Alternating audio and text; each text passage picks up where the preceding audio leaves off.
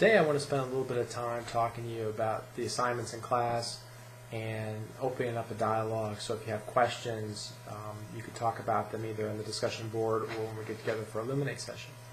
So there are a few things that you're already aware of and you've already been doing. The discussion board activity is one. And with just about every discussion board activity, there are two parts to it. One is your initial entry, and then the other one is after the turn, where I ask you to rejoin the conversation and cast a critical eye towards some of the comments that have been made, and try to bring some of your own perspective when we have a diversity of perspectives and experiences in this classroom. So taking advantage of that and bringing that to bear, trying to sharpen your classmates' thinking and your own thinking is a big part of that. So there's the discussion board, which is required. There are also the Illuminate sessions, which are required. And then for the exam, there are two parts of the exam, the way it's traditionally offered. And I could talk about that a little bit more when we get right up to it. But what I will tell you is that it takes the form of an in-basket exercise. So I don't know how many of you have done that before, but what will happen is you will play the role of an administrator who is just taking over your position as a principal in a new building, or rather new to you. It's a building that's already been in motion, but you're new on the job, and as you walk into the job, you already have a set of emails, phone messages, things that are happening. You have certain activities that you have to go observe or be a part of, and there are videos that go along with that. So you'll get all these materials, you'll have a time limit, and then you'll be asked to make decisions in this simulation. And some of the issues that come up clearly have legal ramifications.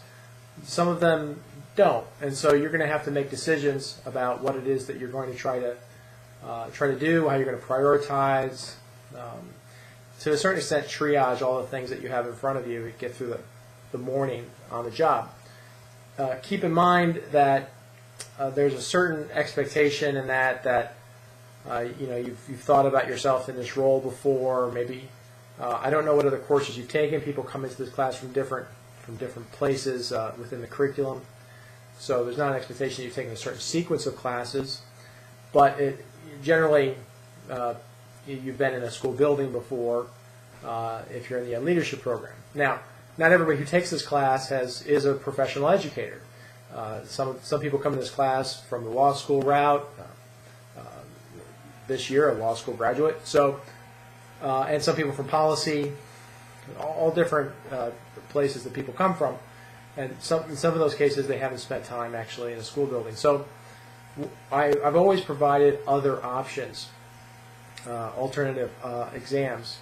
One alternative is a traditional case study. You get a case, you write up a response to that case. There's some structure to how you're asked to respond to it, but essentially it's like a case study take-home exam kind of approach. So if you are looking for an alternative to the traditional one that I use, which is the in-basket scenario, then just let me know, and I can prepare that exam and make that available to you. Like I said, I've used it in the past, so it's not a special situation. It's just something that I've done and make available because we have students coming to us from different backgrounds. The other thing is at the very end of the class, there's a final project. You'll notice that on the syllabus. And for the final project, what I ask students to do is to look at the syllabus and look at the experiences that we've had, things that we've learned, and try to identify those issues that you wish that we had covered a little bit more because of your own interest, or issues that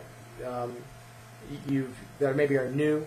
I remember a few years ago we had a student do something on cyberbullying and sexting and things like that. And so there are these issues that are emerging and maybe don't have a strong track record in the case law, or like I said, something that you wish you just want to go into a little bit more depth on. So choose a topic like that, and what I ask you to do is to provide a presentation that can be shared with the rest of the class.